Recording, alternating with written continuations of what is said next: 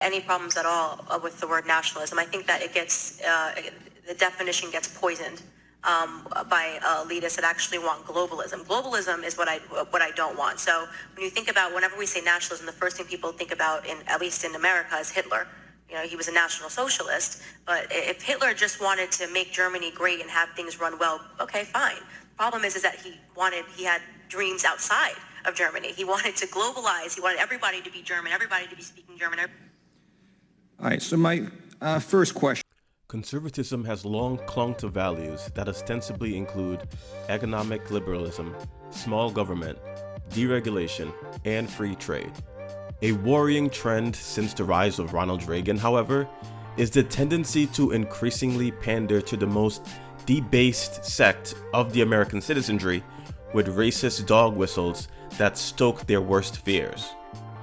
With the exception of the conservatives that founded the Lincoln Project, it has simply been accepted as an axiom that the Republican Party is inextricably linked to white nationalists, neo-Nazis, and those otherwise holding closeted racist views. This has naturally led to a shift where the minorities have mostly aligned with Democrats, either out of a sense of self-preservation or disgust for Republicans. Of course, elections cannot be won to the exclusion of entire swaths of the population, and for this reason, Republicans still court the black vote. Enter the black conservative pundit to the rescue. To be clear, the implication here is not that all blacks are liberals or leftists, or that conservative blacks are somehow traitors or dishonest. However, black conservative pundits clearly play a very specific role on behalf of the Republican Party and white conservatives in general. Rather than tout the tenets of conservatism or demonstrate on merit why the Republican Party is better suited to govern, the black conservative almost exclusively plays the role of downplaying systemic racism or justifying racist behavior. The incredible irony is that part of their role is to minimize the importance of race relations, white supremacy, etc., while the only reason that their voices are amplified by conservatives and the Republican Party is because of their race. Pundits such as Jason Whitlock and Candace Owens have risen to prominence largely by diminishing the significance of the black experience in America. They are not conservative public figures who happen to be black. They are specifically elevated because of their blackness and willingness to criticize Black Americans, anti-racist movements, and progressivism in general. Black conservatives are not pernicious because of their willingness to criticize other black people. They are pernicious chiefly because of their willingness to push back against anti-racism.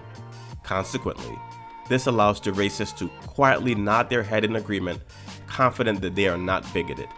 After all, if even the black man or woman on TV is saying it, then surely it's a justifiable viewpoint, right? Though the role of the black conservative pundit is largely to assuage the guilt of the casual racist, they doubly serve the purpose of attempting to reach more black people. By creating a false dichotomy of being a liberal victim or a self-sufficient conservative, they aspire to reach a certain faction of the black population. On paper, this seems appealing, but only if not examined at all.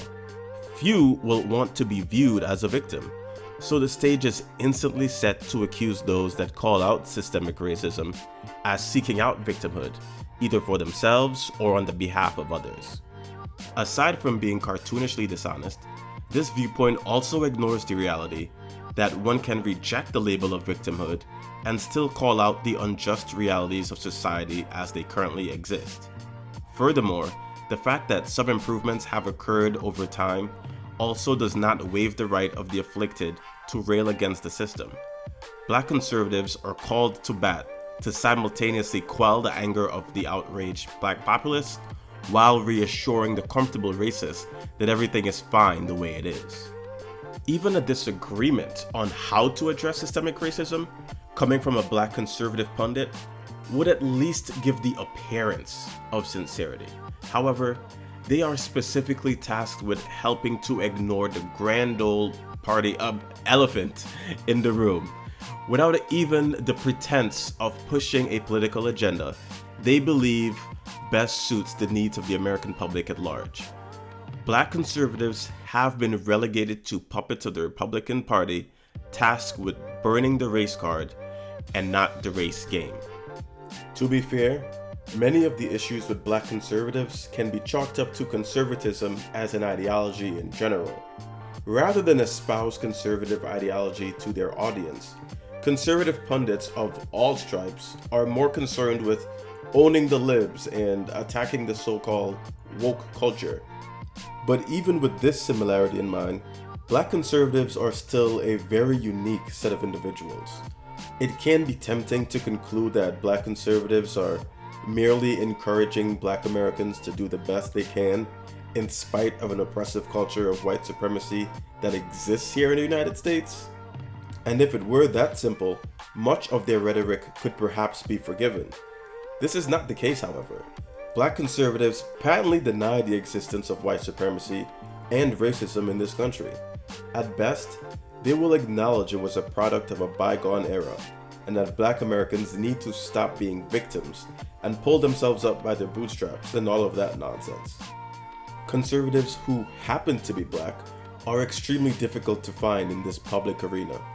Whether it is the aforementioned Jason Whitlock and Candace Owens, and others like real-life Uncle Ruckus, Clarence Thomas.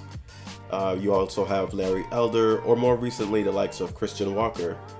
They are definitely black conservatives, and not conservatives who happen to be black. They have close to zero influence in the black community, and exist solely to coddle white conservatives, white nationalists, and the like. They also tend to focus on respectability, politics, and accountability. Because if only black Americans would follow the lead of their white counterparts and engage in white standards of professionalism and the like, then perhaps we could finally earn the respect of white Americans. Rather than correctly framing black attitudes towards white people as a trauma response to years of racist treatment, black conservatives lay the blame squarely on black Americans, because apparently black Americans just don't know how to act right. They frequently employ examples of successful black capitalism as evidence that there are no systemic barriers hindering black success. This propaganda serves the triple purpose of reinforcing the so-called American dream, upholding capitalism as the golden standard as an economic model, and lastly but most importantly, denying that systemic racism exists. They also advocate for nonsense like colorblindness and conformity within a system specifically designed to oppress and marginalize us at every turn, without any ability to speak honestly on the black experience in the United States. Black conservatives are left grifting to a white audience, thirsty to hear their bigoted ideas confirmed by someone who does not look like them. Even if one of these black conservatives say something that may contain a kernel of truth sometimes, because, even broken clocks are right twice a day, their complete lack of credibility means that their critique will fall on deaf ears, further solidifying the idea that they have zero interest in having honest discourse with the black community. Because why would you intentionally destroy your credibility with an audience you ostensibly care about? Black conservatives, again, not to be confused with conservatives who happen to be black, have nothing to contribute of value to public discourse and should never be taken seriously. Thank you so much guys for watching this whole video. I had a lot more to say. I wanted this video to be a lot longer, but I'm just trying to switch it up, experiment with the algorithm. If you guys could really help me out, like, comment, subscribe, that would really help so much. I would deeply appreciate it. And if you can contribute, head over to patreon.com/progressivewriter. Thank you so much again.